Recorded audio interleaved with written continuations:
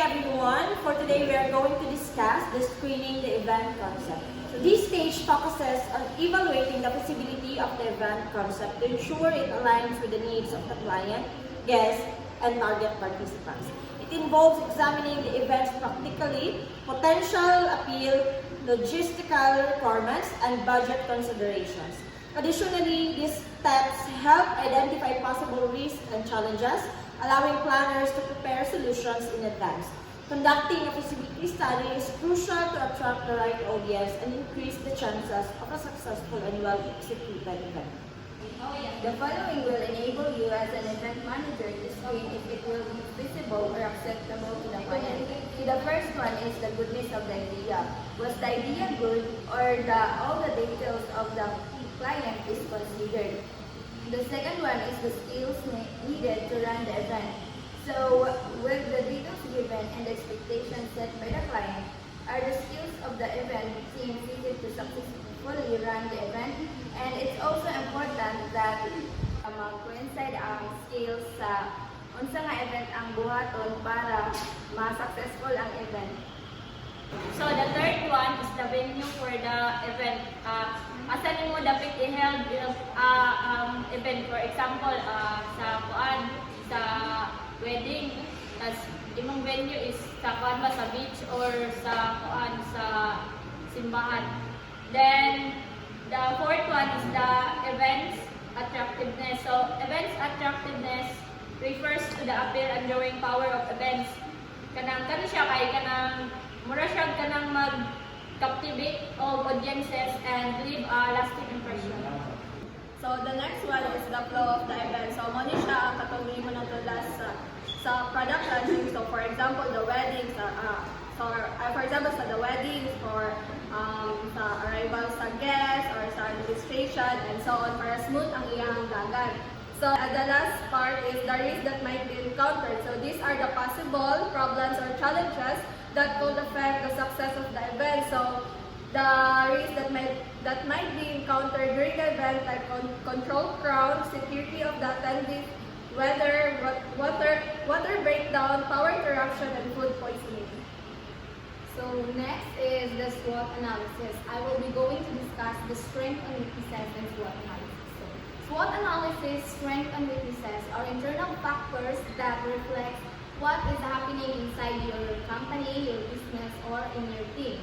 They are aspects that the company or your team has to control over. So first is the strength.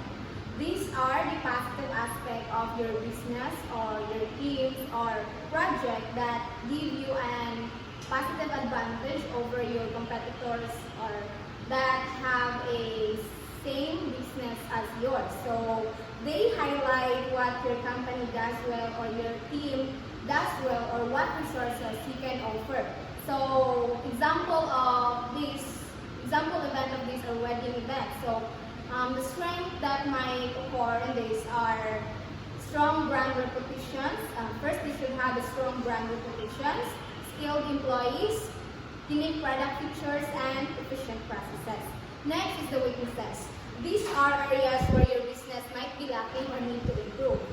They are internal factors that put you and your team on disadvantage compared to your competitors. Example event of this are still the wedding events.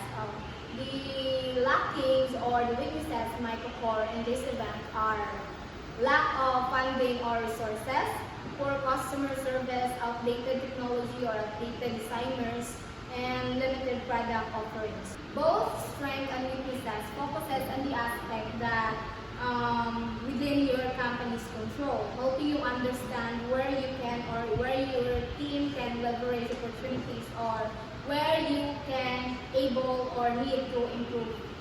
So next is the opportunities. This refers to the external aspects that may be of help to the success of the event. So example of the opportunities in wedding. So example is that your beautiful design of your venue, you can attract a possible customers because of that. The next is the threats.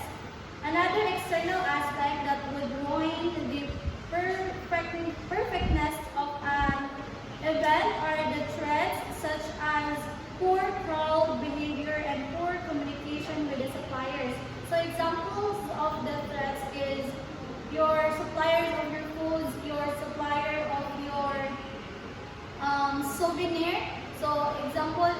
poor communication. Example of that is poor communication. So you don't have a proper communication with your suppliers, so that could be the threats of the events. Event concept elaboration. So even if you are an experienced event manager, it is always important to seek input or opinions from your team. So the saying, two heads is better than one, always applies in creating or making an event. Collaboration leads to better ideas, and it also helps ensure that the concept will meet the client's expectations. So the following will help you get on the right track. So first is present the project. So these steps clearly involve stating what type of event you are planning, whether it is a wedding, product launching, birthday, and etc. And this will help your team align the ideas, the needed resources, and the format of the event. And next is you need to introduce your client. Who is your client? You need to introduce its preference, its social background, its personality, and of course, if it is a public figure, you also need to introduce their brand or their company. So it matters because understanding the client helps tailor the event to reflect their identity and values. And the third is you need to enumerate the client's preferences.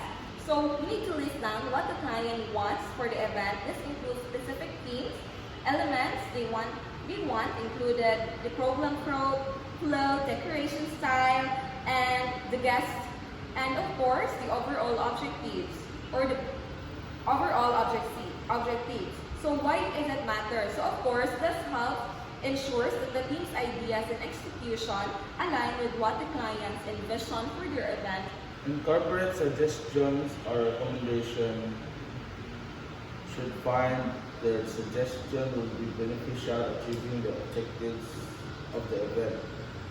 The second is summarize what was discussed, recap what has been discussed. This will also serve as draft for filling the gaps for this event. The next is prepare the proposal and meet the client for approval and have a good proposal and be ready for questions that will be possibly asked by the client.